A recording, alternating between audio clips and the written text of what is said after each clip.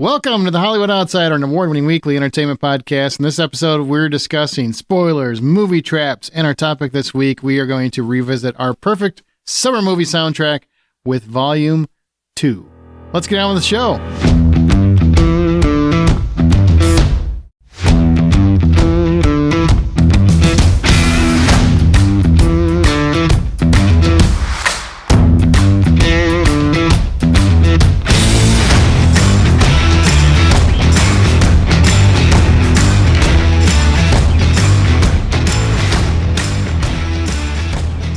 My name's Aaron Peterson. Joining me today, my fellow host, John Davenport. Hey, buddy. Troy Heinrichs. What's up, everybody? And Amanda Sink. Back again. Hello. Yeah. I mean, you not exactly on time, but you were here. Hey! I did the best that I could. Did you? I did. When you say I'm 15 minutes away and it takes you 45, what exactly do you do? Do you take a dirt road? Do you just go through the woods? Do you stop and get milk? What are you doing? No, but ETAs changed based on traffic, and I'm in a metro area.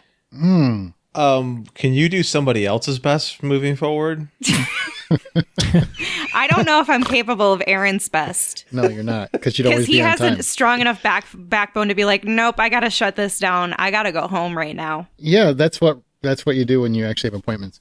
So, Troy. That's not that's how life how you works. stay employed. I don't know. I've been employed yes, for 30 it actually is. You set boundaries.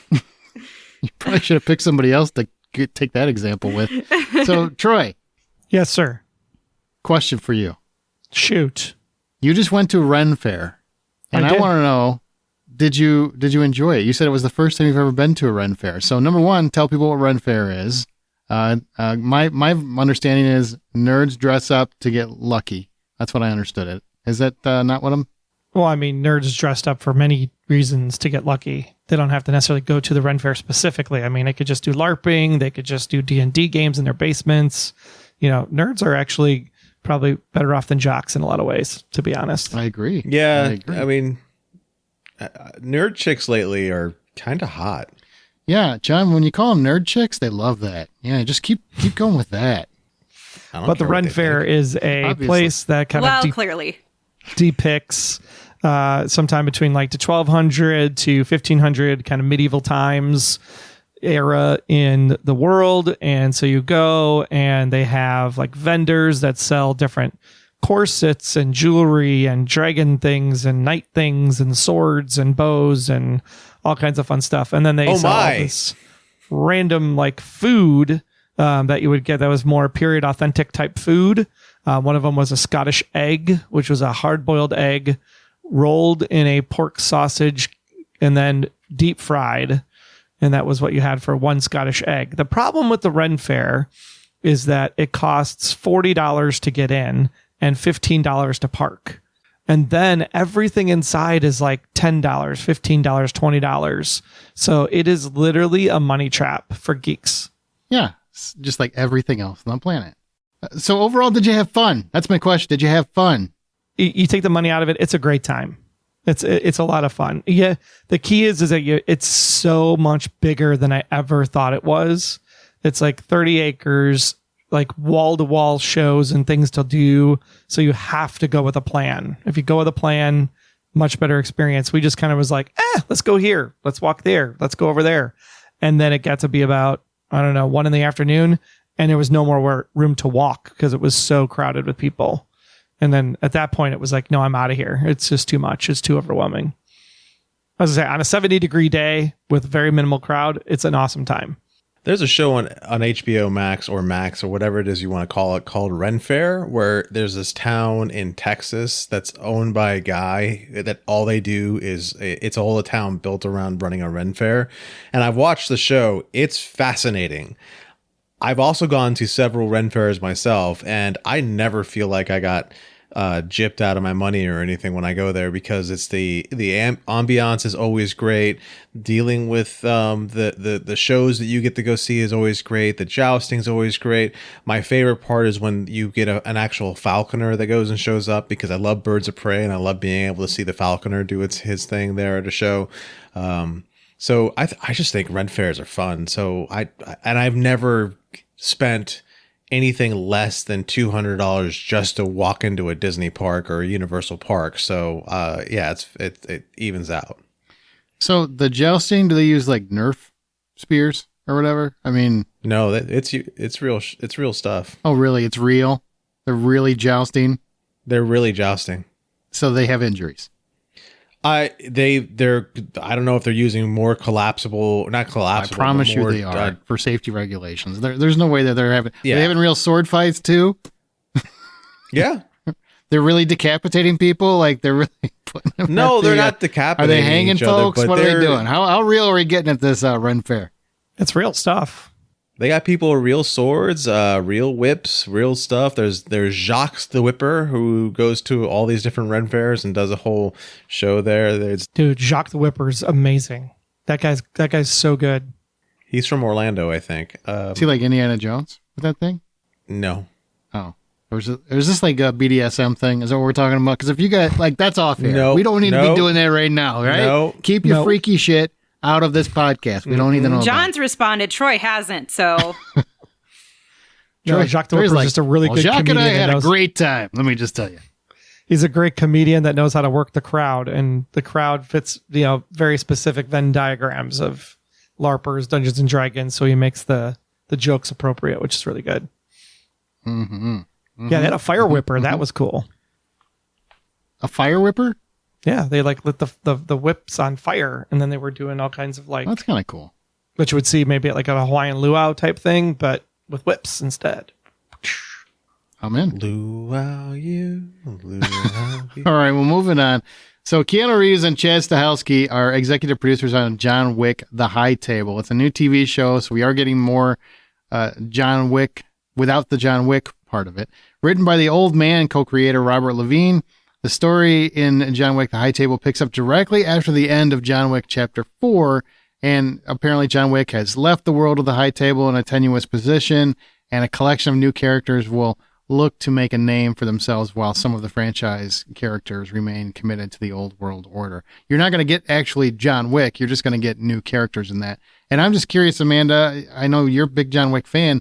Do you want to see a John Wick show without John Wick? Do you just want to see a High Table show?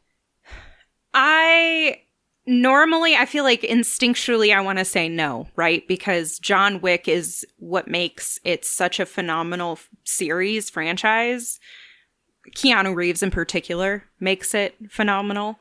But then I start to think about some of the characters that we've seen along the way that have been a lot of fun. And I don't want to nix the potential that there's somebody out there who's cool enough to make me entertained enough to watch this show. Like, it is possible, and I don't want to take that from the possibility. So it'll really depend on like whoever the lead is, or if they're doing, some sort of an entourage of people and how that would work. Ooh, I'm open. John Wick, but like Entourage, like the show Entourage, like a bunch of assassins just trying to get ladies. Yeah, I would watch the big that. hit. I'm hearing the big hit. That actually sounds really funny. Yeah, the big hit was really funny. No, that wasn't the same thing. I'm talking like you're just going around and just having a great time. They don't even talk about the murder. They're just like picking up ladies. That's all they're doing. Talking about their single lives and what it's like being an assassin. And I don't have to work this weekend. What about you? Yeah, no, I don't have to kill nobody. I'd watch that. That sounds like more fun than this. Nobody seems excited. Man. I'm open. Is anybody else at least considering nothing. it? They're dead. They don't care. Yeah, John just wants to reference old Mark Wahlberg movies. That's it. He's just like, technically Entourage. Yeah, it was produced by Mark Wahlberg. So I'm going to a movie that he was in. I mean, you never wanted any more Star Wars until you got more Star Wars. And no, I always wanted more Star Wars, and then I got it, and now I don't want. And then you got too much Star Wars. You got too much of it. But there's enough like High Table characters, like how the process works, how the hotel works. There's a lot in there that you could work with to make something cool, because you don't necessarily need John Wick being a badass. You just need somebody being a badass that can at least be badass. And I'm sure he'll cameo. There's no way he doesn't cameo. It takes place after John Wick Chapter 4.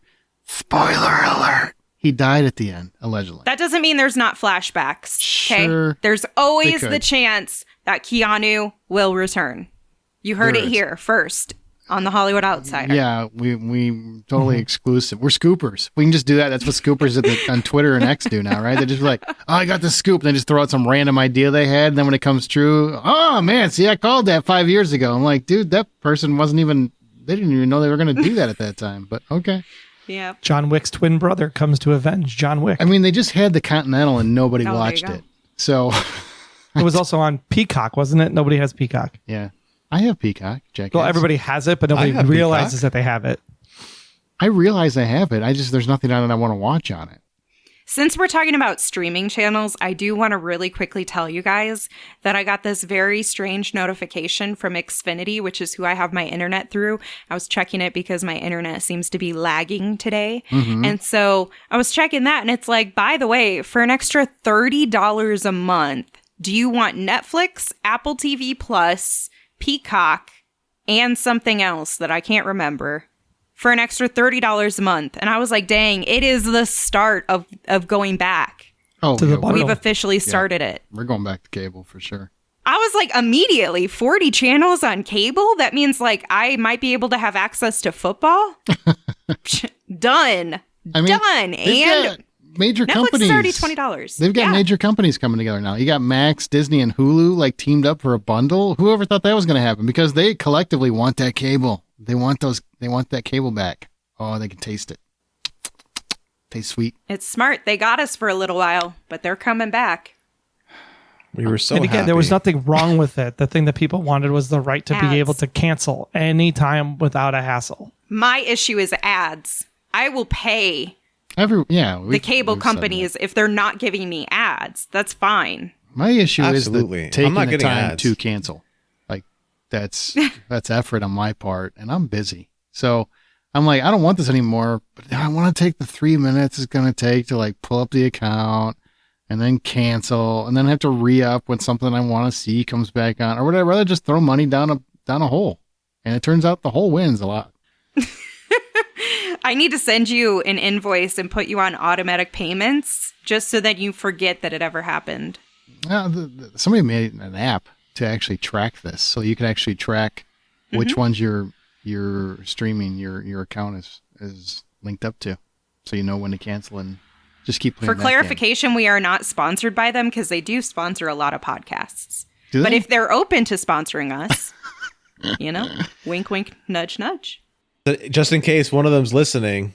In today's climate, movies and TV are being spoiled everywhere, right? So like we talked about it a few weeks ago, Collider, I still say fuck them because they just put spoilers right in the article titles, and I'll never be okay with that. That's always a dick move. I'm sorry, but that just means you're the asshole.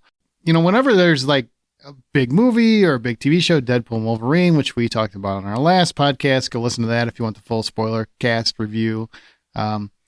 But that came out, lots of spoilers in there. House of the Dragon ended, lots of spoilers in that. Like all these shows, The Boys, when that ended, there all of these spoilers that just keep coming out. And we talk about this, I feel like, at least extensively, once a year, if not more. But I feel like the time frame is getting closer and closer to the day of release. So what is the appropriate and acceptable time frame to be able to discuss spoilery items on social media after something comes out, movie or a TV show, in your opinion? And I mean, hard stop. Give me a time frame when you feel it's comfortable from the time it's released. 48 hours. So Eddie Murphy and Nick Nolte show up, and you're good with it. Mm-hmm. I'm good with it. As soon as those two are there, I'm like, all right, you know what? If I haven't gotten caught up, it's my fault because that's so 48 hours. Though. That's your go-to. Okay, that's my go-to at this point. Amanda, what do you got? Hard stop. Yeah, no that's wavering. nuts. I'm gonna say a week. A week. Okay. And that is for something that's big and popular. So if nobody watches it, is it shorter or longer? I don't know. Do you care? If a tree falls in the woods and no one's there, did anyone hear it? Or however that saying goes? Yeah. No. Did a bear shit but on also, it? Whatever it is? I don't know. I feel like we've gotten very, regardless of whatever we all decide on, we also have to acknowledge the fact that more than likely we're going to end up hypocrites because we typically wait. I mean, we've been like, don't spoil it. And it's been out for a year. Hey, there's nothing wrong with remaining respectful. I'm just saying for you personally, like, what point do you stop getting mad about it? That's what I'm saying. Like, you're okay with it. That's your hard stop. On the receiving end. Like, I haven't watched it. I would say a week. Okay. If it's within that week, then I'm going to be mad at you because not everybody has, like, I still haven't been able to finish the rest of Game of Thrones yet. Like the main show? It's almost been 24 hours and I've already had to avoid spoilers. Yeah. He means House Nobody of the calls Dragon. it House of the Dragon. I do. That's literally the title of the show. Yeah, but it's Game of Thrones. You know, it's just a different part of Game of Thrones. Sure. Okay. So she's got a week. So. John's 48 hours. Troy, what do you got? 7 days. Okay. Ooh. We're going to die. Great. Okay. So you and Amanda are... A week. You guys agree? Yeah. You agree. I say 2 weeks. This is amazing. You say 2 weeks. I say 2 weeks. Yep. Wow. That's kind of crazy. In 2 weeks, I can buy it on Apple TV. I just, man. A lot of times that's actually not too far off. Okay. No, I'm saying hard fast. For me, this is me, right? I think it's a dick move before 2 weeks. I think before 2 weeks, you're not giving people enough time. John's like, just rip the Band-Aid off and just show everybody every cameo that's ever popped up and just tell them how it ends. I'm like, because... You know what? I guess you're also, I'm thinking, so when I answered mine, I guess I was more so thinking about TV.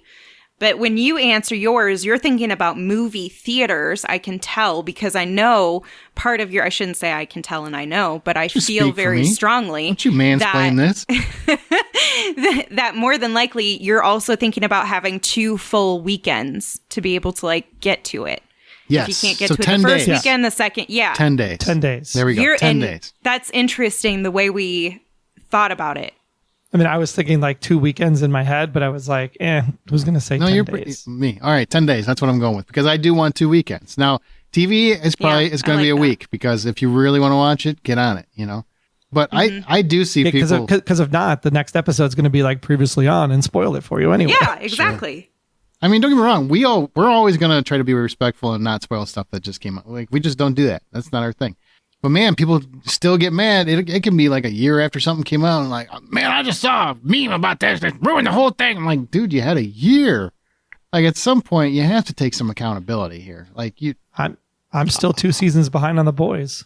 I didn't know John Wick died. Did you haven't watched chapter 4? I haven't watched chapter 4 yet. Feels like this is on you. I mean, that's over a year. Oh, that's so funny. But does he though? That's the question. Does he though?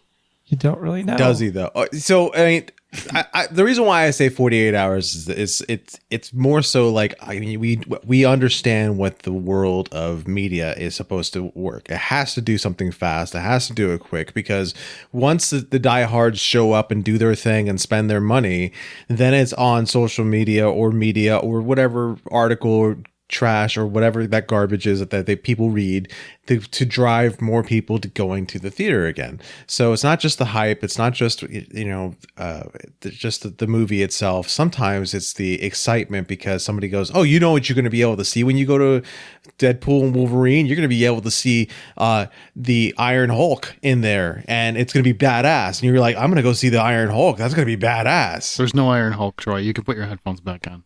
Troy hasn't seen it yet. See? I know, so he's already worried that you're going to fuck up his entire weekend plan whenever that weekend happens. Hey, I was respectful to Troy and to the listeners who haven't seen it yet and smashed 2 things together that don't belong being smashed together just to make up something. Yeah, just to ruin. Like I would, like if somebody ruined the fact that Dr. Doom pops up in Deadpool and Wolverine, I would have been pissed. But thankfully, I got to enjoy it when it. Oh, sorry, Troy. You'll be fine. I figured that was happening because it was at Comic-Con. That's Just not a big kidding. deal. He's not in there. They didn't have the check cleared yet. They didn't have the de-aging process. No, they didn't have the dump truck of money leaving the money on his front yard yet. Beep, but what we got to do is we got to stop this like the next day. And people are already dropping spoilers and memes and everything else. It's the people that post the article at 7 p.m. when the show just started because they got the early release, and since everybody's in the theater, they can just boom, 7 o'clock. Here you go. It's just not cool, man. I'm just tired of people. I mean, you remember that from like Entertainment Weekly would drop their freaking review before the blacklist was even over. Mm-hmm. Well, thankfully, I've gotten a couple entertainment sites out of my way. Notably, Collider. That bitch is gone. I'm never reading that one again. Now you're just straight up calling him out. Man, they can... He's done it before. Deadline. He's like, fuck those That's people. Yeah. savage, though, to be like, hey, Q. They all do it. Deadline, Entertainment Weekly, Publicly. Collider. It's like in the freaking title of the web address, let alone the headline. No, I will admit, They're a lot worse. of this spoiling stuff has taken a lot of the fun out of reading articles about movies and shows that are coming or Absolutely. whatever that just came out. That's why I canceled It's my not worth subscription. I don't do it I don't follow any of it. If I don't hear from Aaron on this podcast, I don't know about it. Yeah, pretty much. oh boy. Zack Snyder's director cuts of Rebel Moon are out, so there you go. You may want to check those out if you're looking for that. I almost watched them this weekend, but I got sucked into something else instead. Oh, you didn't have 6 hours to kill? No, I mean, yes, but I gave it to something else. No, but yes, but I didn't know they dropped this weekend until Aaron said it on the podcast. See, that's why I'm giving you the advice. And you know what? You know what never showed up in Netflix's top 10 movies? Either of those films. Nobody's watching. Oh, Yeah. Because everybody saw them already. No, I don't think they didn't come back I after literally Rebel Moon didn't 1. know this was happening Yeah. till just now. Also, He The general audience does not know. This is for the Snyder fans. oh yeah. Oh, they're not there. I'll tell you that because they didn't make the top 10. I mean, there's the Minions. That movie's not new, and that's doing much better. Because it's a great movie. I Maybe. admit I want to see them, but I just didn't have the wherewithal or the space in my brain to sit down and see them this weekend. I just love the audacity of changing the subtitle to the movies because it's a different cut. I'm just tired of hearing him talk at this point. I used to love Zack Snyder, and I used to root for him. Now I just want him to shut up. I'm tired of, well, we're going to have an extended cut, and we're going to have this. Just do the movie right the first time. Why is that so hard? So many other directors have done. Steven Spielberg has a whole career of doing that, where he just got it right the first time out. Got it right the first time. God, it's not that hard. And then we got the 20th anniversary of E.T., him floating in a bathtub. And he retracted, and he took it back, and he's like, I should have never done that. That was the one time he pulled a George Lucas, and he pulled himself back later and said, I can't believe I did that. Did he put the guns about back taking in the too? guns Or out did of he it? leave or did he leave the flashlights? No, he put the guns back in. Yeah. Because that's what you want. You want FBI agents with guns chasing kids. That's what makes it exciting. Chasing them with flashlights is That's true. boring. God. Yeah, and I watched enough TV to know that no FBI agent chases kids in the woods with flashlights. Let's be honest. I don't think they would be running through the woods at all. They would delegate that to local authorities. Because they don't want to get those suits dirty. FBI doesn't go out in the field. Yeah. Not a literal They sit field. behind a desk. All right. You know what? Let's move on to some spoiler-free reviews. Our show is independently funded, though, and therefore all of our expenses come from our own pockets. Patreon helps fans support their favorite podcasts. We have some bonus content that goes on to Patreon. We just had the Twister Bad Movie Night, where Scott Clark from the Gaming Outsider joined us to talk about why that is a great movie, and we don't understand why it had a 58% audience score. That was a fun conversation. That's on Patreon now. And if you want free content, well, it's not free. You got to pay to get there, but you can go to patreon.com/The Hollywood Outsider, sign up, and you'll get instant access. Now, spoiler-free reviews, I want to talk about House of the Dragon, but apparently I'm the only one that saw it all the way to conclusion, right? So I'm not going to do anything that's going to spoil anything that relates to the whole conversation we just had. I'm not going to ruin anything. I guess what I want to ask, and Amanda, because you are mostly caught up on it. yeah, I fell asleep during the finale. That's fine. Just that I think most people did if you watched it. It's kind of boring. Do you feel That's like what it's I've missing? heard. Is it missing something? I feel like it's missing something. It's not as edgy and it's not as there's not as much movement in the story. It's not as quick paced as we're used to with Game of Thrones. Like It's I feel not, like it's not this even paste. well, that too. Because everything is there when it comes to the story and this feud, the characters and the actors, everything about the design and even the dragons, everything is really cool and really alive. So everything I feel is there, except there's just a piece with the writing and direction that has to be adjusted moving forward to keep it amped up, right? Like we don't know Game of Thrones in any capacity to be this very slow, not exciting, not engaging story. And a lot of what we've seen in this season, yes, there's some like drama and spiciness to it. And there's been a couple of holy crap moments, but it's not as significant as we're used to. And I think part of it is because we're zoning in on a deeper level to this time, this exact timeline.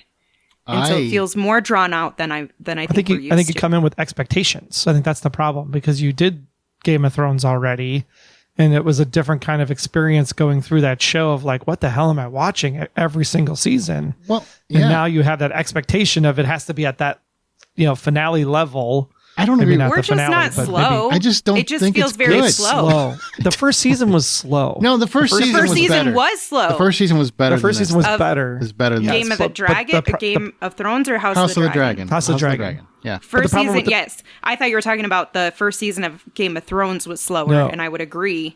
I think there were moments that were really crazy and moving forward, but I think it was a slower season. But I think they set it up because of the whole time jump that they did, right? Where they were younger and then they became older in the first season. It's like either make the whole first season younger so that you can jump to the older. Like that dynamic of that was just, it did something to the show initially that like either I was in it because I really loved the younger characters or I really loved the older characters, and that divided the fan base. So now the people that enjoyed the younger characters, I think, are having the challenges with season 2. I don't agree with that. I just think it's been written poorly this season. I think it's meandered. Damon's character just had a whole season of nothing. Like literally hardly anything happened to him for an entire season. And I just feel like there's a lot of that going around. There's a lot of back and forth and nothing actually moves forward in this season. I mean, now it comes to the end and I'm not going to tell you anything that happens, but you finally have some forward direction, I guess. But I just feel like, man, it's missing something. It's just missing some of that magic. And man, I would give anything to have season 7 or 8 of Game of Thrones to put up against I would watch that over rewatching this any day of the week. I really would. So when people are like, awful television, I disagree. Well, and I think part of it's the problem too of the runtime, because like when you get used to like Star Wars shows being 34 minutes. No, and then you're that's a you problem, Troy. That's a you problem. There's 34 flag on the play. There is 34 minutes of stuff in the latest Star Wars stuff that's just like, you don't even need this episode. Why is it here? That's a you thing because you're the most impatient guy. No, everything is like, I got to hear it on 6x speed. I'm not impatient. If you could tell the story in 3 hours, tell the story in 3 hours. I don't need 10. They cut the season back from 10 episodes to 8, and they still bored the shit out of me. That's just not a great sign. It means there's not 8 hours worth of story to tell. There definitely wasn't. No, there definitely in this medium, right? Maybe there is in a book, but not in a visual medium. Well, let's move on. This is no book. Let's move on to Trap. Well, Trap is the latest installment from M. Night Shyamalan. And it is centered around a father and a teen daughter attending a pop concert where they realize they're at the center of a dark and sinister event that may or may not involve them, or at least him, in all of it. Aaron got to see it. I'm still, reeling from M. Night's old. Knock at the Cabin was a little bit better, but it's still not back on the train. So I thank Aaron for taking the hit because from what I heard, Aaron, this one's more night than day. Oh, bazinga. I see what you did there. Kinda. It's definitely trying to be a little bit more Hitchcockian. And look, they give it away in the opening minutes in the trailer. So they give you the twist to start with, right? The whole idea is the FBI or the cops, whatever, they've identified that there's the serial killer known as the Butcher is going to be at this concert for Lady Raven, who's coincidentally played by M. Night's daughter, Salika. Yep. Who's a very talented singer, by the way. She's very good. But anyway, so the idea is they're going to catch him because they know he's going to be at this concert, and they're going to figure out who he is because they had an FBI profiler there. And Josh Hartnett is the dad who's taking his daughter, Riley, to have this wonderful time at this concert with 20,000 adoring fans. And then he finds out that, oh, you guys are trying to catch me because he is the butcher. It's in the trailer. That's the reveal. And then the rest of the movie is him trying to get out of there. Can he escape? Can he find a loophole? And he finds so many ridiculous ways to evade the police. The first half of the movie is fascinating. The second half is like, okay, what is happening? M. Night is basically imploring every twist he's ever had, and he's throwing them all at the screen. That's the plot. Is it suspenseful, though? Does the music drive? Does the environment drive? Do you feel trapped at all as you're watching it? Or do you feel like that's the dumbest way to keep somebody inside of a concert venue? Well, I think if you're asking me if the plot is stupid, it is idiotic because it makes no sense. So you're telling me that the law enforcement are going to knowingly trap a wanted vicious serial killer in an auditorium with 20,000 people that he could just murder if he wanted to because he's desperate as fuck. This feels like a bad idea on every level. That part's dumb, but it does make for a suspenseful script because you do. Josh Hartnett is an easily likable guy. He's really playing him like, yeah, I'm a serial killer, but I'm also like a goofy dad. And I just want my kid. I'm having a great time with my daughter, and I'm just trying to. They're trying to get me. I'm just trying to have a night out. Why are you ruining my night out, man? I'll get out of this. And then he's a very smart guy, also extraordinarily lucky. So the first half is very suspenseful. And then the second half, I won't ruin anything, but there comes a moment where two characters should never be alone in a room together. It makes zero sense. It's absolutely against any logic and reason. And as soon as that happens, everything after that is ridiculous. And it becomes more and more ludicrous that he would even be alive, honestly, at this point. Like, it just becomes ridiculous. So the first half is a very suspenseful, very Hitchcockian. I'm really into it. I'm like, okay, this is an interesting way to do it. I like when we're rooting for the bad guy. And then it turns into he's not smart. He's lucky as shit. Like, he just has apparently the best luck in the world. He's Domino, it makes no sense. But did the music give any kind of environment to it? Does the score, because they're at a concert, are they like piping in stuff from stage? Are they? It's all written and sung from his daughter Salika, which is most of the music's good. I actually listened to the whole soundtrack. I thought she was very good. It reminded me of like Ariana Grande or something along those lines. And she has a very good stage presence. So I think that helped while you're trying to sell that that these two are at a concert. It felt like a real concert. And she has a bit of a role in the movie too, which is interesting. Overall, yeah, the music was good. I actually put two of the songs on the Perfect Summer Movie soundtrack because I like them. Oh wow! Yeah. What about M. Night? Did he show up? Was he the FBI director? He's gonna he does a cameo. I'm not gonna tell you what the cameo is, but he does show up. Yes. But noticeable. Yes. He has at least a couple minutes of screen time. Okay. All right. Well, if Trapped was $10, what are you giving it for your admission price? Well, it's just Trap, but I felt trapped by the end of it, and it was $4.50. It's not it. Josh Hartnett. Oh my! Josh Hartnett is very good, man. He's likable and everything else, but it's so stupid. The second half, it's just so stupid. I can suspend disbelief. I can't take it out of my body and throw it into the toilet. I just can't do it. Sorry. And he's too good a writer twist for that. What's that? There's no extra twist at the end. No, I'm telling you, the second half is every twist he's come up with for this concept, and he just throws them all in there at once. Like, it's twist after twist after twist, and none of them make logical sense. They're all ridiculous. Like, it's how this character got out of this situation? Nope. Every one of them's a Duke Boy situation. How the Duke Boys going to get out of this one? And one more. It just keeps going. Oh, God, I was so frustrated. And I wanted to like it because I thought Josh Hartnett deserves a comeback of sorts. He's a fun guy. He was just an Oppenheimer. He had a great role in that. And yeah, trailer looked intriguing, but unfortunately, M. Night's no longer happening. Yeah, more old than Split, I'll tell you that. Any recent new film or TV recommendations you guys have that you want to mention? The new Unsolved Mysteries has been entertaining. Not obviously in a good way-ish. What? Well, I mean, what do you mean? Nobody, these people are dead. These things did happen. Sure.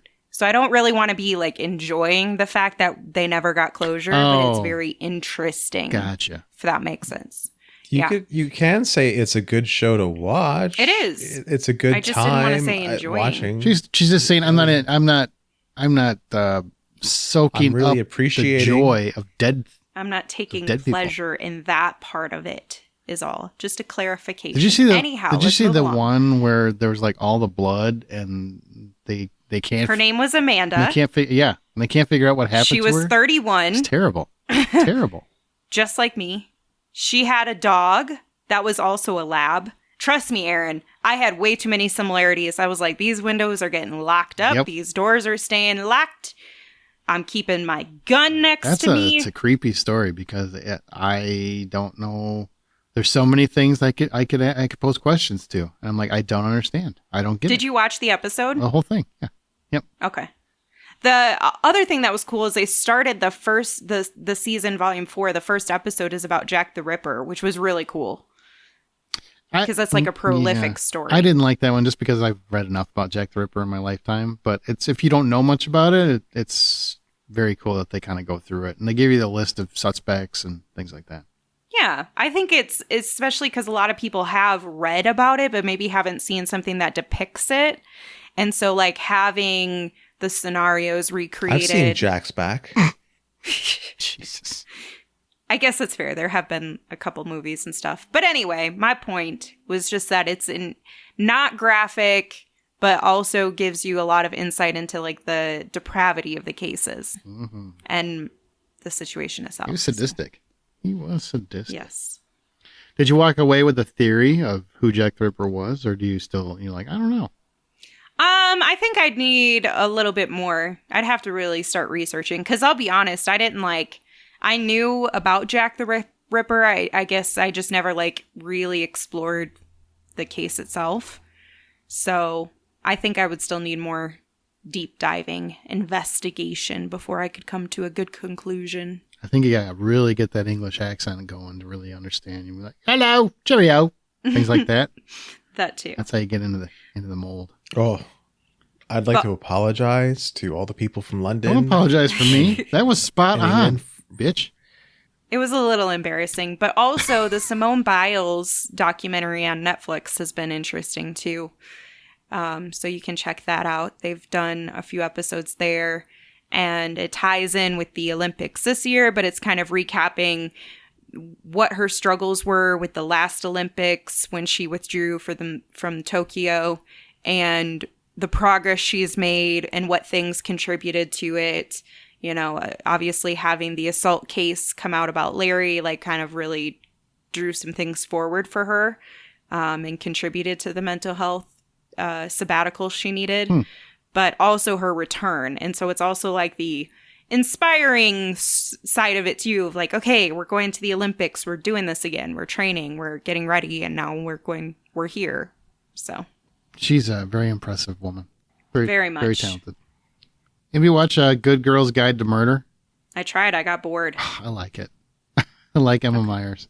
Yeah. It's basically following. It's on my list of things to watch. It's good. It's about a young girl who decides to crack open a murder case from 5 years ago and try to solve it. And, you know, it's the old Veronica Mars vibe, but it's British. So there's that. I'm really enjoying it. I'm about halfway through it currently, and I don't know who done it yet, but I did have to turn subtitles on. I will have to admit that. It's one of those. Yeah. I sat down and I got caught up with the latest 2 seasons of Criminal Minds, and it's a whole new show because they technically canceled that show 2019, but brought it back to Peacock. Not Peacock, to Paramount Plus in last year, and so they just wrapped up their 2nd season of this new Criminal Minds Evolution. And it's actually a lot more interesting than the original show because they've decided to kind of forego the idea of Monsters of the Week, and now they have sort of Monsters of the Week, but there's an overlying story, and there's also this main villain that they're kind of chasing down. It's a lot. It's interesting. It's fun. It's got most of the main cast has returned for it, and you get to see some people get high on accident. You get to see every now and again they say fuck or go fuck yourself, and that's a lot of fun too. So yeah, it's a good sit. As if you're a fan of Criminal Minds, but you always wanted them to go a little bit more gross, definitely a fun show to watch. Who returned from the original cast? AJ, Paget, Adam Rodriguez, the girl who plays Garcia, and Aisha Tyler, and Okay. Joe Mantegna. Okay. It's decent. Okay. I might actually watch it. So I've been very hesitant to watch it. I love the original Criminal Minds. But I have just been so resistant to try this out. This iteration, just, I don't know. I just get weird feelings about shows that I guess I didn't realize it was mostly just to keep the show going. When they did it, I thought it was like a completely new thing. So I never gave it a chance. Yeah, it's kind of a new thing, but different. Paget's now the boss, or she's like the boss, and she's wearing her gray hair with pride now, and that's kind of cool because they had been making her wear a wig for a long time in prior seasons. So now she's wearing her gray hair, and she is as powerful and awesome as she's always been. Troy, anything you want to mention, or you want to roll into upcoming attractions? Yeah, I mean, I wasn't here last week, but I finished Acolyte for the Star Wars fans. Does it end strong, or does I it? enjoyed do you hate the. Yeah, it finishes strong enough that I'm hesitant because the show itself wasn't necessarily like easy to watch because there were definitely like good episodes and bad episodes and good episodes and wasted episodes. But at the same time, it introduces a really great concept around who really is in control of the Force, and are the Jedi, as it's the word, sanctimonious or all knowing or all good as we think they are. And I think that's a really interesting play for what we've come to know as Star Wars over the years, thinking that the Jedi were always these good people. So to have them kind of give you pause and thoughts on who's really good or bad and what does good or bad mean, I think is a really interesting take. Where it goes from here will be fascinating to see, because there was a mysterious character in the background. Snore. I gotta finish it. I don't think that's his name, mostly but enjoyed because they didn't actually say his name. Did you watch it, John? No, I'm just saying snore. Like, no, Then shut up. Because Shut I'm up. done with Star Wars. Shut up. You don't get to have an opinion and negate his just new. enjoyment if you didn't even It's watch not. it. It's 100 years before the prequels. It's a new era. It's Nope. different. It's interesting. The politicalness Nope. of it's actually more Game of Thrones than season 2 of House of the Dragon was. Nope. You got a lot of opinions for somebody who didn't also- watch it. That's all I'm saying. I've heard enough from you just on this podcast. The Presumed Innocent finale was freaking fantastic. Oh, If you did not watch Presumed Innocent this summer, you missed out. Get on it like ASAP. I called it. And, I called it. That's my wife. I called it. Early. I hate when you do that because I was Super early. I was like half right, but I wasn't all Don't say right. anything because I I'm haven't not, watched it. but I called it. I have figured it out in the. I figured it out in episode 1. I figured it out in the third to last episode. Exactly how it went down is exactly how I figured it out. I was so proud of it. I'm like, God damn, I'm good. That's how I felt. It's because he read the book. I did. It doesn't. No, that's different. Go ahead. And then I'm also still watching Sunny, the Rashida Jones. Oh, yeah, you talked sci-fi, about that one, quirky. Wait, last time. Yeah. Yeah, you talked about this. You hated it. Yeah, and then there was a twist that happened, and I was kind of like, "Brrr," and I was like, okay, let me see where this is going. So it snapped your neck and you're back in You again. literally will Yeah. just, if Apple has their goddamn logo stamped on it, you're just like, I guess I'm going to see it through. Check cleared. Well, every time you get like you hit play, it like shows you what stuff is coming up next, and I just keep Disney going to doesn't the other have stuff. anything on it because Acolyte's over. All right, what new stuff is coming out? You and Amanda are going to handle this. New stuff. Well, Borderlands, that's right. The video game, 3 video games and a whole bunch of content in between is getting turned into a movie. And the movie is basically going to center around Kate Blanchett's character Lilith, an infamous bounty hunter with a mysterious past, reluctantly returning to her home Pandora. Not that Pandora.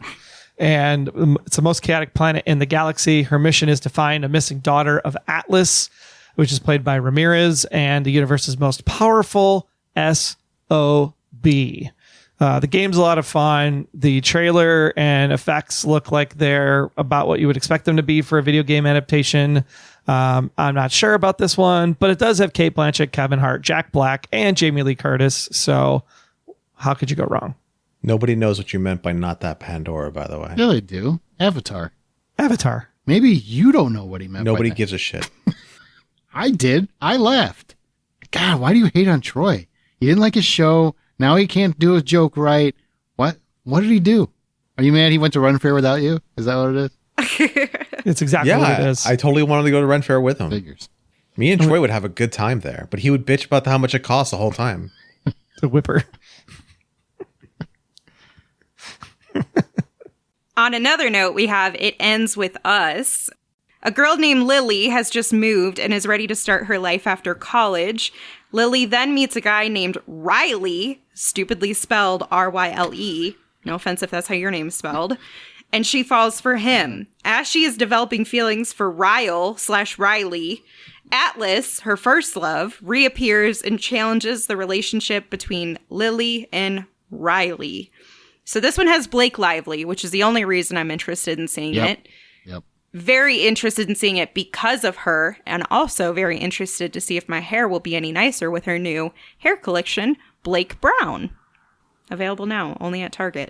Not sponsored yet. Good to know. Good to know. Is anybody looking for a little cheating love story for the weekend? I mean, it's something we haven't seen in a while, so yeah, and it's Blake Lively. I like Blake Lively. I'll watch it. I like her. Yeah, we supported her husband. We might as well support her, you know? God, I wonder what their house is going to be like. Thanks for destroying any chance of people going to see my movie, jackass. I appreciate that. No, she's going to get all the wives of the women. They probably still saw Deadpool and Wolverine, but now they get to have a girls' night out because they're even doing like special girls' night out screenings for the theaters. So women will be there. Maybe women would rather see. I want the drive-in movie double feature, right? So that it ends with Deadpool and Wolverine. Maybe they want to see Deadpool and Wolverine over this one. Maybe that, because honestly. I'm saying they see both. Okay. I'm saying Win-win. they, as in we, see both. The Blake Lively double It's the feature. Barbenheimer before Moan comes out later this year. Well, there's a really cool pop singer duo group from the 1980s that was all the rage. And you might know them from the title of the movie, Girl, You Know It's True. And the Grammy-winning German-French R&B duo, Milli Vanilli. This basically documents their rise as well as their fall after it emerges that they lip-sync all of their songs. This is a true story. I didn't do it, but I was going to do this, right? Just in the spirit of Milli Vanilli. Because they sent a screener link of this, and I haven't had time to watch it, or I would have for the podcast, but I haven't had time. I was thinking about watching it and then plugging in Chat GPT to do the review because I feel like that would be apropos for a Milli Vanilli movie. That's messed up. That's real funny, though. I would never do it, but boy, that would have been funny. You know, lip syncing. Mm-hmm. I want to watch it, kind of. I'm not going to lie. All right. Well, we've also got Cuckoo, even though it looks like it's spelled cuck-coo. That's not how it's said, just so you know. Reluctantly, I did look it up to make sure I was spelling it properly or saying it properly. Reluctantly, 17-year-old Gretchen leaves her American home to live with her father, who has just moved into a resort in the German Alps with his new family. Sounds pretty solid. Arriving at their future residence, they are greeted by her father's boss, who takes an inexplicable interest in Gretchen's mute half-sister, Alma. This gets more and more interesting.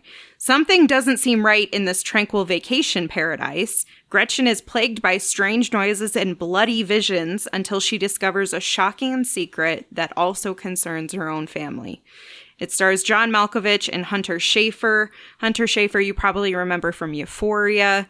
I'm interested in seeing this. It's a good old little horror movie that seems like it could be very interesting. Oh my God, that scared me. It was my hair. I thought it was bug. that one debuted at South by Southwest. You guys missed it. There you go. That's a captured live. Amanda was attacked by an invisible bug. You could say she's rolled hearing strange up. noises and having bloody visions. The timing was too good. Oh my gosh. It's not a werewolf movie, is it? No. They turn into chickens instead of werewolves? Is that what it is? And then finally wrapping out the weekend, we have the Instigators over on. Because it's like something doesn't seem. What the fuck? They turn into chickens instead of werewolves. What the fuck are you talking about? Don't just glide The name of the past movie's that. Cuckoo. What? Cuckoo. God. Like a cuckoo bird. Oh It was such a episode. reach. Such a reach. All right, continue. The Instigators lands on, of course, Apple TV Plus. The film follows two thieves who go on the run with the help of one of their therapists after a robbery goes awry. It's Casey Affleck this time teaming up with Matt Damon, not Ben. So, but it should be good because anything that follows thieves and on the run and all that fun stuff and car chases, it's going to be a good time. You're just saying that because it's on Apple TV Plus. Literally, this could be about absolutely anything, and you'd be like, you know what? It's probably going to be solid though because actually, He's watching honestly, it's Sunny. because it's got the guy that grew potatoes on Mars. Okay, how about them? That apples? does help. That does help. He's watching Sunny, and also, are the police going directly to your house, Amanda? I was hoping you didn't hear that.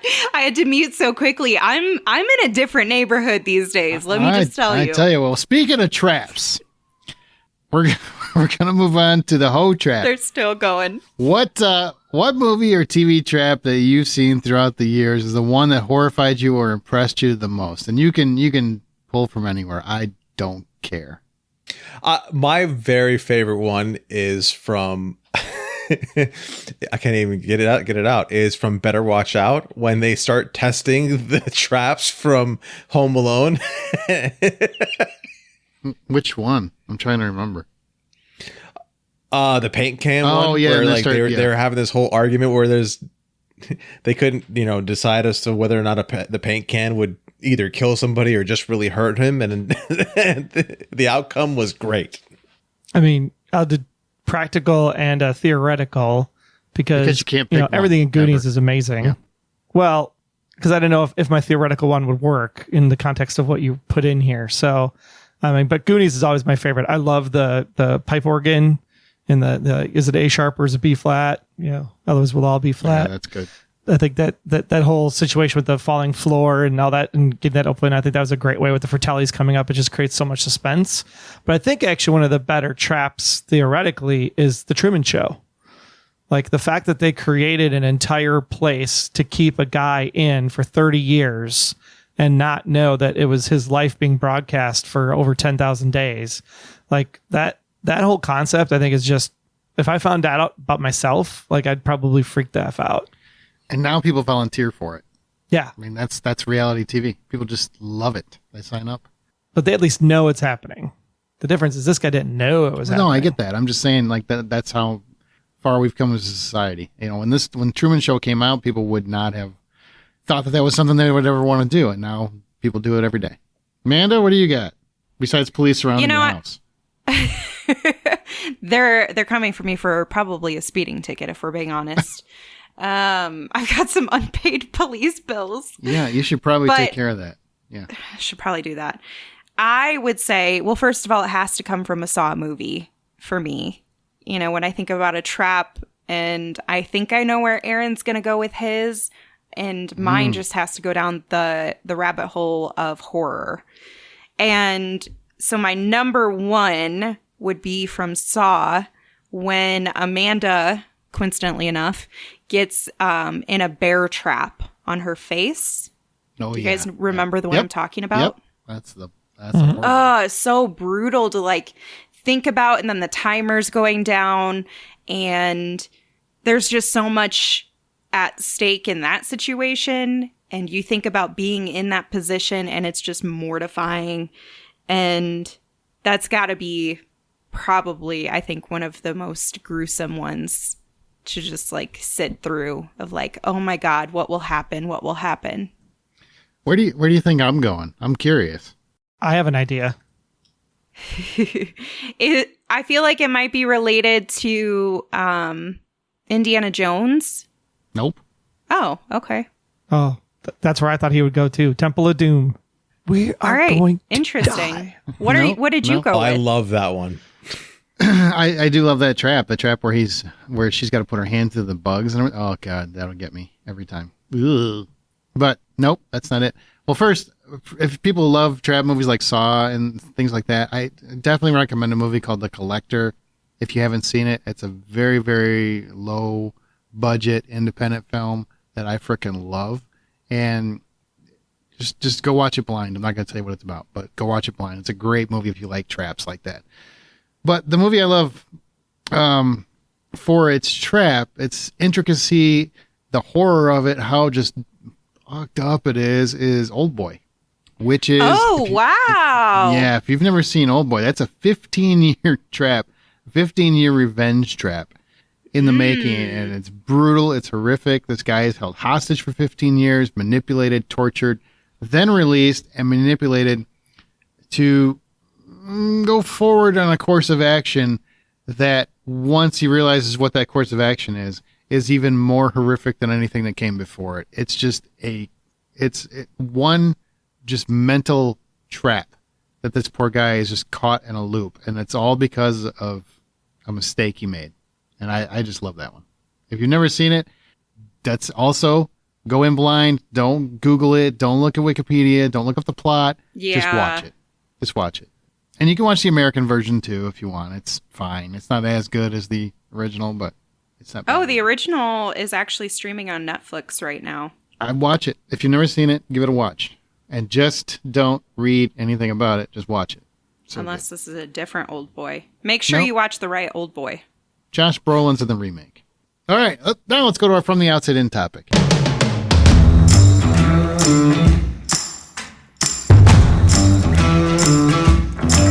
Look, this doesn't have to be the longest topic in the world. We're just talking about music, man. And we initially had this discussion in 2020. And, I'll have a link to that in the show notes if you want to hear it. But also, if you want to just see the playlist, or actually listen to the playlist, it would be weird if you just want to look at it, right? You don't want to listen to anything. You just want to look at it. It's weird. But if you go to Spotify, we actually have a playlist called the Hollywood Outsider Perfect Summer Movie Soundtrack that has all the songs we mentioned in Volume 1 4 years ago and all the songs we're going to mention today. The idea is, think of the movies that make your perfect summer movie soundtrack, like for you, like movies, they didn't have to come out in the summer, but we're talking about things that we didn't talk about in that first iteration. And the music just has to be something that you would play in the summer. You have your top down or your doors off if you own a Jeep or whatever, and you're just driving around and you just got radio blare and you're in the pool, you're outside. Like, that's what I'm talking about. So what music needs to be added? Let's just do what do we want to do? Now I'm gonna keep up. You guys tell me as we go, and I'm gonna start adding these to the playlist as we go. So tell me, let's just go round robin. Tell me some song. What do you got? What do you got? Who wants to go first? What do you got? Well, I wasn't on the last one, so I'll go first. Well, whose fault was that, let's bitch? see. I didn't. I don't know. Maybe I had COVID or something. It was Sounds like 2020. All right, give me- problem, Troy. Give me some songs. Let's go. All right. Going to go the whole 10? No, we're gonna go round robin. Just name one or two, and then go to the next person. And come on, let's keep going around. Well, I'll go with two classics then, because these two definitely say summer, because one literally is all of them coming out of high school, going into summer vacation, and the other one is happening during summer at a resort. But for me, it's You're the One That I Want from Grease and Time of My Life from Dirty Dancing. Both of those, I've always said summer to me, Really? and definitely ones I still listen to. Okay. No, you don't strike me as, well, I guess you love musicals. And which one from Dirty Dancing? The Time of My Life, Yeah. the closing number. The time of my life. That one? You got it. Okay. Got them. Add it to the playlist. Come on, guys. You can hit your Spotify. Who's next? My vibe is going to be so different from everyone's vibe. I like your I can't vibe. wait Let's for go, this. Amanda. Bring that vibe. Come on. Come on. So let me preface and say my summer playlist is based on how I feel during the summer. When it's the summer and I can have the windows down, I All feel right. like Yeah. a boss bitch. Okay. And so I want music that reflects that. Okay. So it's just fun. It's dancey. It's got good high tempo. So my first is Doja Cat's Vegas. Okay. And that was in Elvis. Got it. All right. So you like the Doja Cat, and you like a little Elvis baby. Yeah. Thank you. Thank you very much. Thank you. What's the other one? What else you got? Like everybody else, Hang on. my She said list. she had two.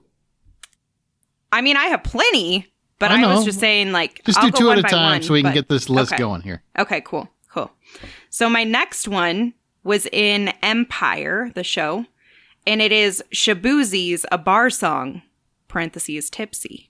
Oh, that's a good one. It is a great one. That's a good one. All right. It's technically not a movie, but we'll take it. Go ahead.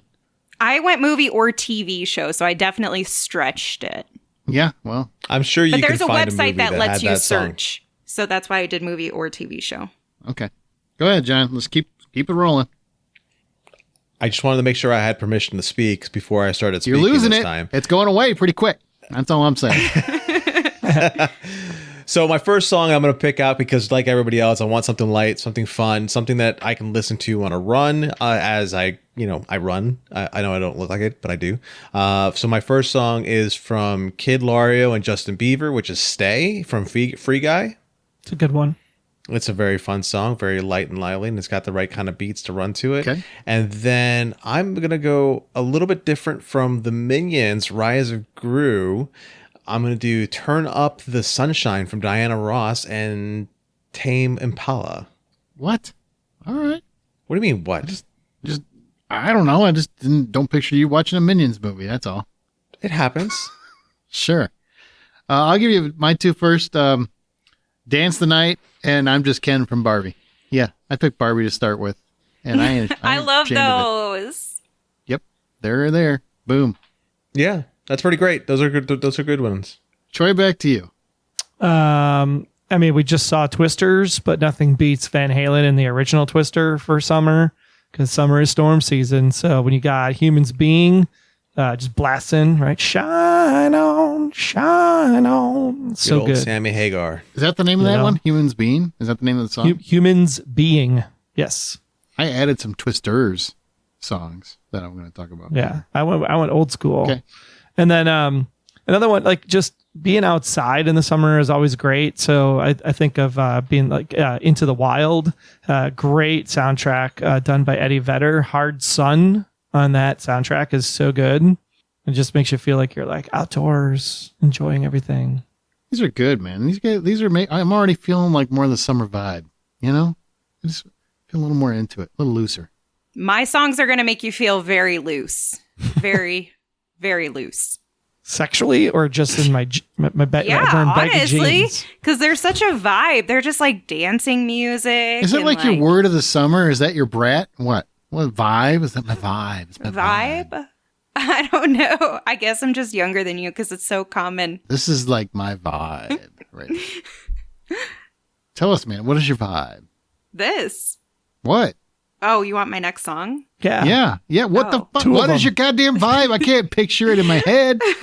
Okay, so this one is from Bruised, and I had to get a Bad Bunny song in here. La Noche de Anoche. I know there's another really good one that I probably would have picked, but John picked it, and I want him to have that experience. So I picked a different Bad Bunny song. My next song is... Yes, I did find a way to fit this in here. Kevin Gates, Really, Really from American Honey. You're welcome for those. I don't think I've ever heard that song. These Is are it very good? explicit songs, so maybe we should do like John's playlist, Amanda's Nope. playlist, Nope. Aaron's playlist. Nope. You got to live with Nope. it. Got to live with it. Yeah. Okay, so I also just want to quickly add, in Volume 1, I did go with a lot more traditional songs, like really good, like not...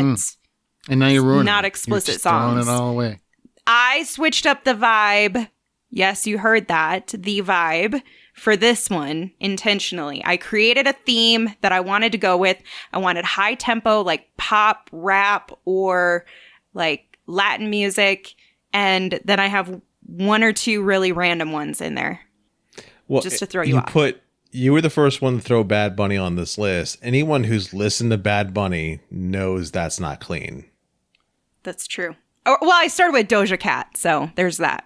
Right. I really like my music safe. I really, really do. I really want it to feel like a Disney cartoon. How is the new Eminem album? Oh, it's really good. It's really good. It's very offensive. I liked it. All right, so my next two songs. I'm gonna go with That's from 6. Spider-Man Into the Spider-Verse or Across the Spider-Verse is Creepin' by Metro Boomin and The Weeknd and 21 Savage. That is a great overall soundtrack. So yes, for sure. Oh yeah, the whole soundtrack is pretty good. Yeah. And then from Top Gun Maverick, I Ain't Worried from One Republic. Ooh, that's a tune. great one. Yep. Very chill, very, poppy. That's a good breezy one. Mm-hmm. Cool. And I don't have to mention it because it was on my list. Good deal. So I will go to Call Me Cruella from Cruella because I love that song. I find that really fun. That's And then I'm going to go to song? Bad Memory from Birds of Prey. I listen to it every single time I run. Every single time I run, I listen to it. It's got a great beat. It's lively. It's fun. And I'd never heard of it before. So And the artist for that is? K Flay. Look, if you thinking I got all the artists written down, you'll be sadly mistaken because I just wrote the songs and they're going to be down there. I am not, scheduling music for a festival. I am just putting it into a Spotify playlist that you guys can partake and look up to your heart's content. Just trying to make your life a little better. That's it. Well, the rest of us actually gave you the artists, so that way, if you didn't want to listen to our playlist and just put in your own thing right in immediately, that's totally fine. Good for you. Because two that Aaron will probably be like, really? Okay. For me, 500 Days of Summer, Scream Summer. It's a great movie. Check it out. But Sweet Disposition by the Temper Trap on that soundtrack is amazing. Such a good song.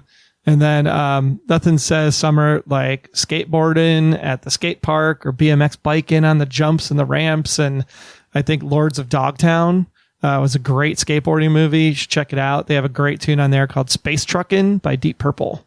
Space Truckin'. Both of those are really great. Yeah, I was going to say at least your second one's a good pick. I can't remember what your first one was. Sweet Disposition by the Temper Trap. Oh yeah, that's right. That's also a good one. Yep.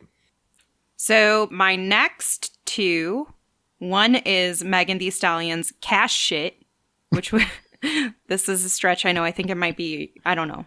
Hashtag Black AF. It's a show. Okay. Also super classic. Okay. You cannot go wrong with this one.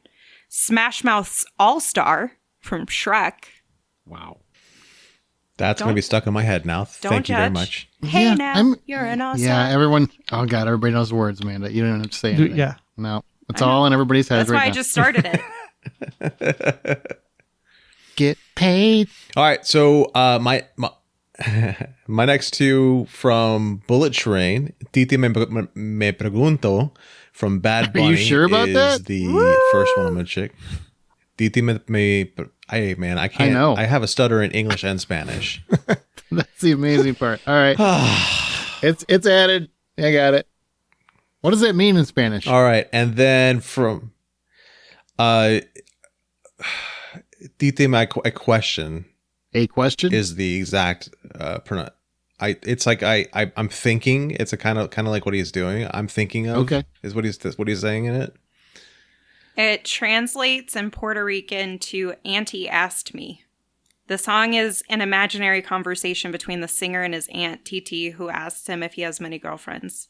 Oh, yeah. AI That's why it's on created Bullet this. Train. I get it. Nice. What's the other one? I never knew that Titi is a. Yeah, it's Tia. Okay. And then the second one from Guardians of the Galaxy Volume 3, Embers from Owl City. Owl City is a jam. All their stuff is good. Who That sings feels that very one? 2003. There's a lot of Ember songs. Owl City. Owl City. You should probably listen when you start talking. though. This is not his type of music, you guys. He's never heard of Owl City. Why don't but you the stop one- judging me? How about that? How about that, huh? Do you know the Lightning Bug song? What? Fireflies. Okay, then. 10 million I fireflies. know the Firefly song. Yeah, Take that my one. land. Take that one. That's a way better one. Oh, That's a way better one. agreed. Gotta be. So I'm going to give you two from Twisters. One's called Out of Oklahoma. So good. Yes, it's actually a really good soundtrack overall. Like it really, really was. I really think people should check out that soundtrack. Even if you're not a fan of the movie, soundtrack's really good. And Leave the Light On from Twisters too. That that also. That's Jelly Roll. I remember that one. So there you go. That's good glad for him that he got one in there too. Say what? I was glad for Jelly Roll that he got one in a movie soundtrack. That's a guy who's hard not to like, isn't he? I mean, Yeah. It's really, really hard not to root for that guy. He just seems like a genuine, nice guy who's just had a hell of a run. Yeah, he's touring with Morgan Wallen right now, and up in Tampa, Morgan Wallen canceled the event, the concert, and because he was sick. So Jelly Roll just like, all right, this is where I want to be. I'm gonna give you all a concert, and he just did his own concert. That's so dope. I love when that That's cool of happens. Yeah. This one actually has Sunshine in the title, and it's Steal My Sunshine from Len. It was featured in the 1999, I believe it was, classic Go with Katie Holmes and company. That one is just, it's just a fun poppy. Like you can ride with the windows down, top down, on your bike, what have you. Just a really great time. But the best place to spend summer, hands down, you will not say, especially because Lollapalooza was just here in Chicago. The song Chicago by Sufjan Stevens. Like that one is such a great jam, and that's from Little Miss Sunshine. That's a movie I haven't seen in forever. I need to go back to. I'm sure you heard the song Chicago a lot because it's like plastered all over Instagram and TikTok now. Of course. Because I'm hip. It's my vibe. You know, my vibe is Chicago, really, if you think about it. That's how he rizzes. What? I don't even say Riz. That's a little too young. Okay. I've got from Inventing Anna a song called Best Friend from Saweetie.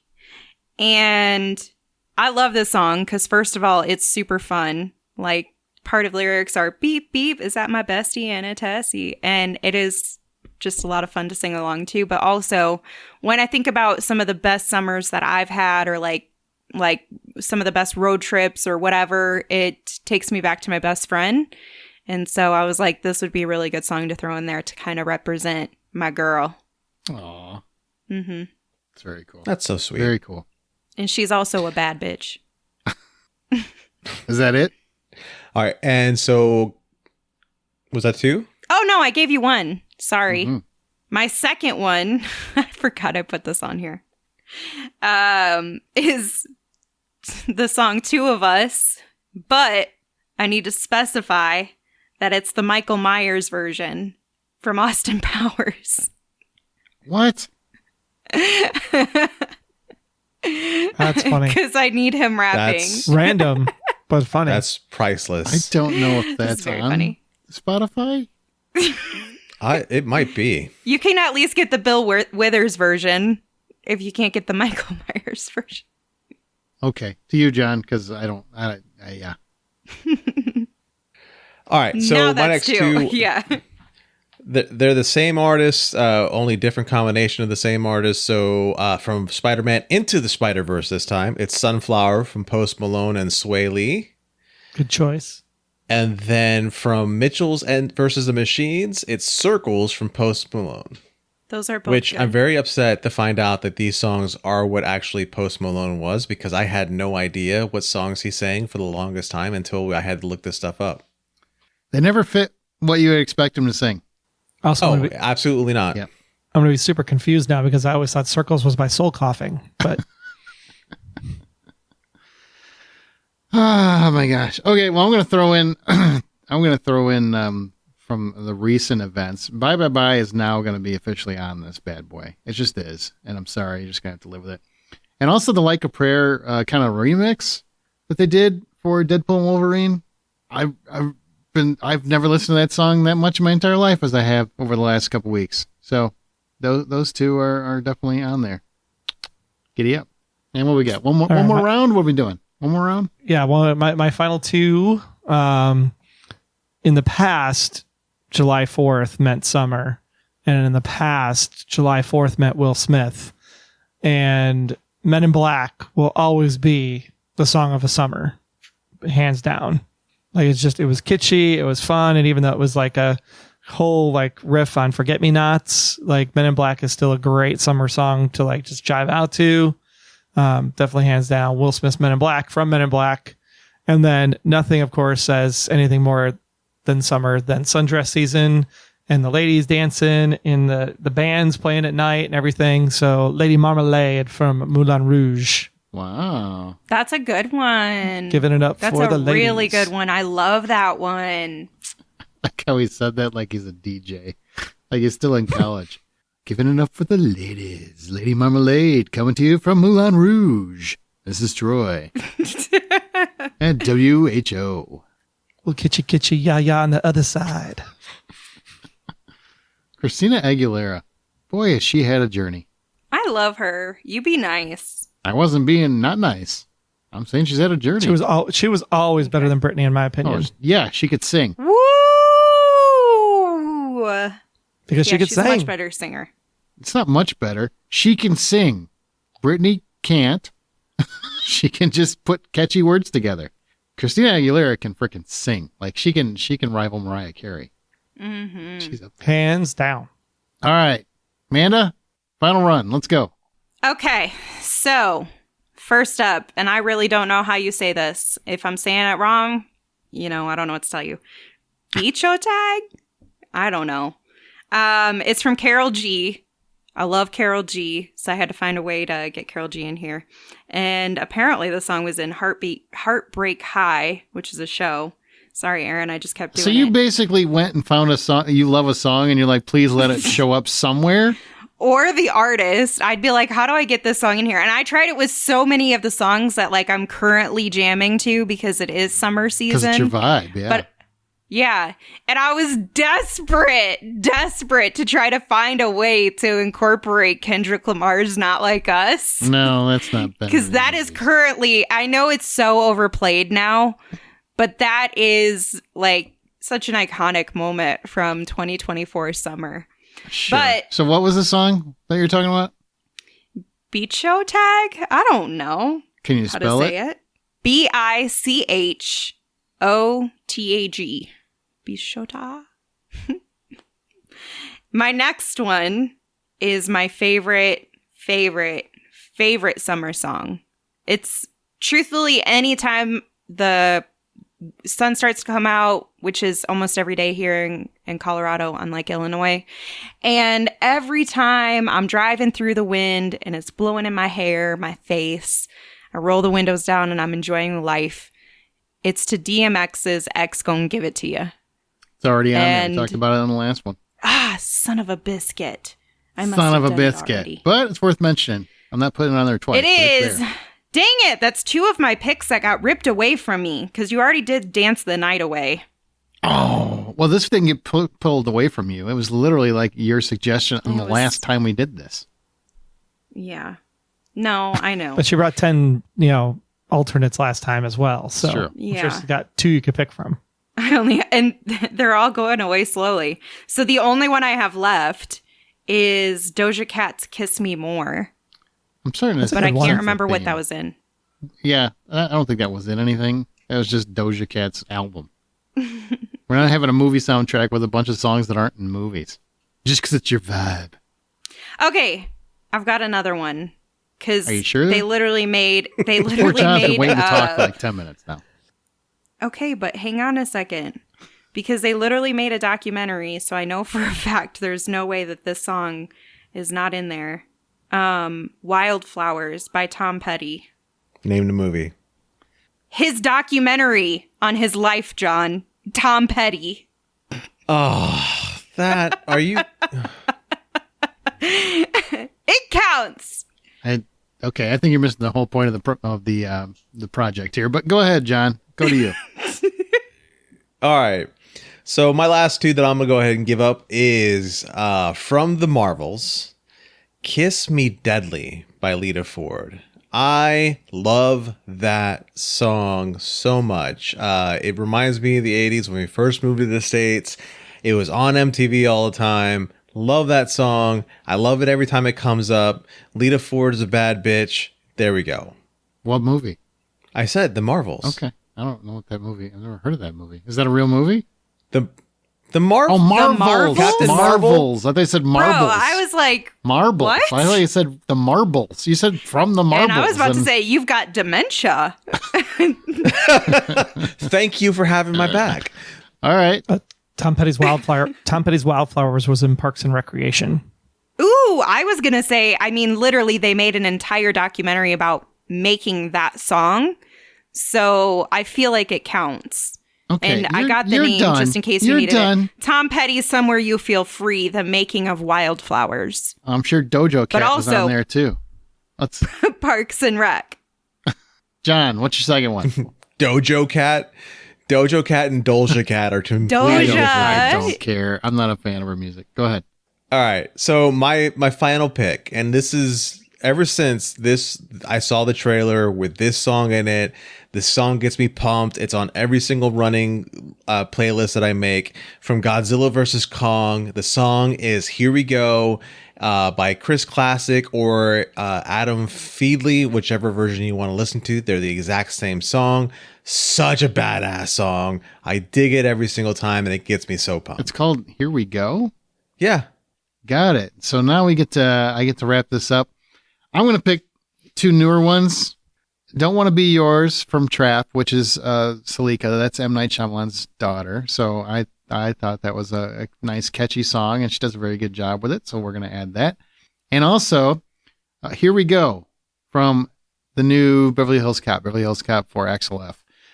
It's Lil Nas X. I just love how he took the Axel F theme song and he made a freaking song on it, and it crushes. Like, it's fantastic. Or is that fire? Is it a vibe? I don't know. I can't keep up with all the goddamn buzzwords, but it's a great song and I really love it. I think Fire's still in, but I'm also in my early 30s. So I'm losing my hip, if you know what I mean. Oh. Like both of them being hip and also having them that work. And I'm going to throw in Band of the Hand because that's an old song that I love that no one knows, but it's from a movie. It's literally the title track from a film that was Michael Mann's, I think, first film. And I don't like Bob Dylan, but I love that song. Boom! There we go. Random song titles, the episode. How about that, huh? I think we did exceptional. I don't think you followed the rules at all. I think you I went and did. grabbed all the songs you like to listen to, and you're like, I hope to God that was in a movie at some point. No, it was mostly searching by an artist and then seeing which songs of those I liked and then seeing what they were in to make sure that it was like at least semi-legitimate. Okay, sounds good. Guys, that's it. We're done. Anything you want to say in closing? Anything to complete your vibe, to, explain your vibe? I gotta hurry up because I think I'm getting arrested. You probably should be. You've got a lot of tickets. You need... Is there any lawyers on retainer here that could probably help her out? Like, it's... But I'm not really joking. All right, so that's going to do it. So remember, you can find Volume 1 in the show notes. You can link to it if you want to hear that episode, or you can just go to find that playlist, right? It's on Spotify. All those songs have just been added. I was dutifully adding them as we were going through them. And that is the Hollywood Outsider Perfect Summer Movie Soundtrack added to your Spotify playlist, and you can get all those songs and let us know what your favorites are. All right, that's going to do it. Thanks, everybody, for listening. Remember, the next time you head to a theater, stream comfortably on your couch or just listen to that Spotify playlist. Buy popcorn. Of course, then you're going to be crunching while you're listening. Other people are trying to enjoy it, and you're I don't know, popcorn's the best answer. Troy, if Aaron paid you $10, would you put the same playlist on Apple Music? See, the thing is, it takes like 2 seconds with this total app called SongShift. SongShift is the greatest app on iOS ever invented. So you're going to do that? I was going to say, is this a yes or a no? Yeah, so as long as he gives me the playlist link for Spotify, I can move it over to Apple Music and we can have both links Amazing. on there. So it might be I on... can put on Amazing. Amazon Music too. Okay. Look at this. I don't know how to do this. Come on. Jesus. All right. Well, check your other places and you might find that playlist elsewhere.